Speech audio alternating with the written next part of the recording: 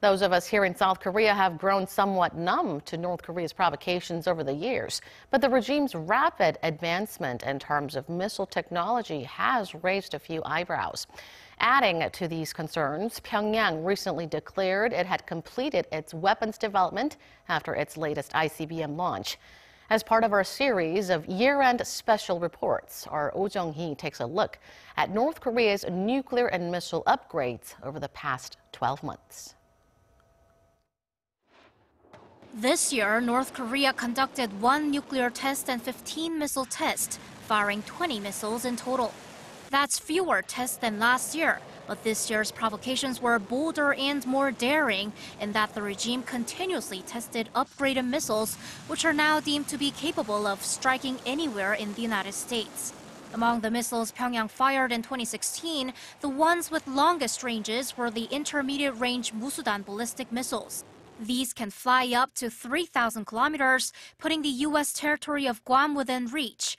But these missiles weren't considered a big threat, as only 1 out of the 8 Musudan tests was successful. This year, the regime started firing missiles with longer ranges. Intermediate-range Hwasong-12 missiles fired in August and September passed over Japan. ICBM-level Hwasong-14 missiles in July, which were launched at a lofted angle, reached altitudes of 2,800 and 3,200 kilometers, and the latest Hwasong-15 reached an even higher altitude of over 4,400 kilometers.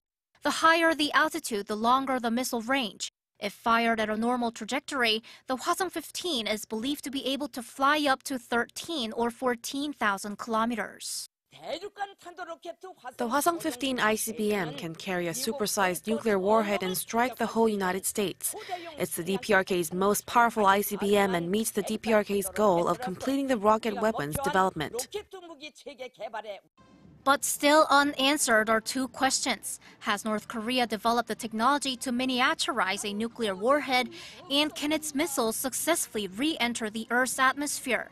The ideal weight of a nuclear warhead designed for an ICBM is seen to be around the 500-kilogram range.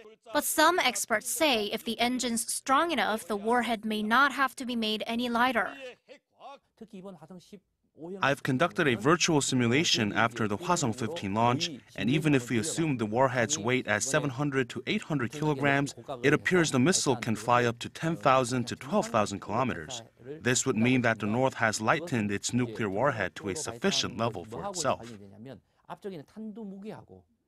Missile re-entry is another crucial part. When an ICBM re-enters the atmosphere, it has to protect the nuclear bomb inside from frictional heat of 7,000 to 8,000 degrees Celsius, as well as massive pressure and vibrations.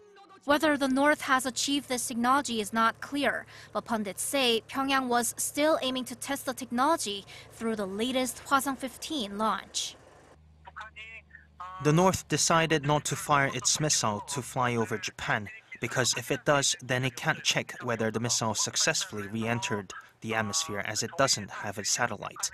But if the missile falls in the East Sea, then the regime can check the missile re-entry using radar.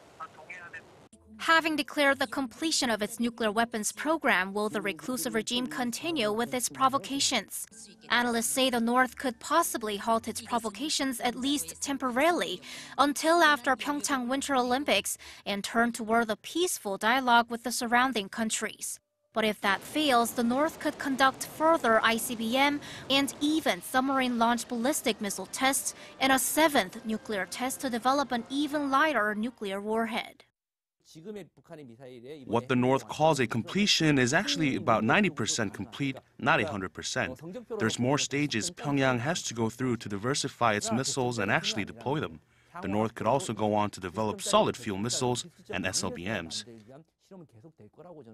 Next week, North Korean leader Kim Jong-un will make his New Year's speech. And there's a lot of interest on whether he'll use the speech to officially declare North Korea as a nuclear state and hint at the possibility of starting negotiations with the U.S.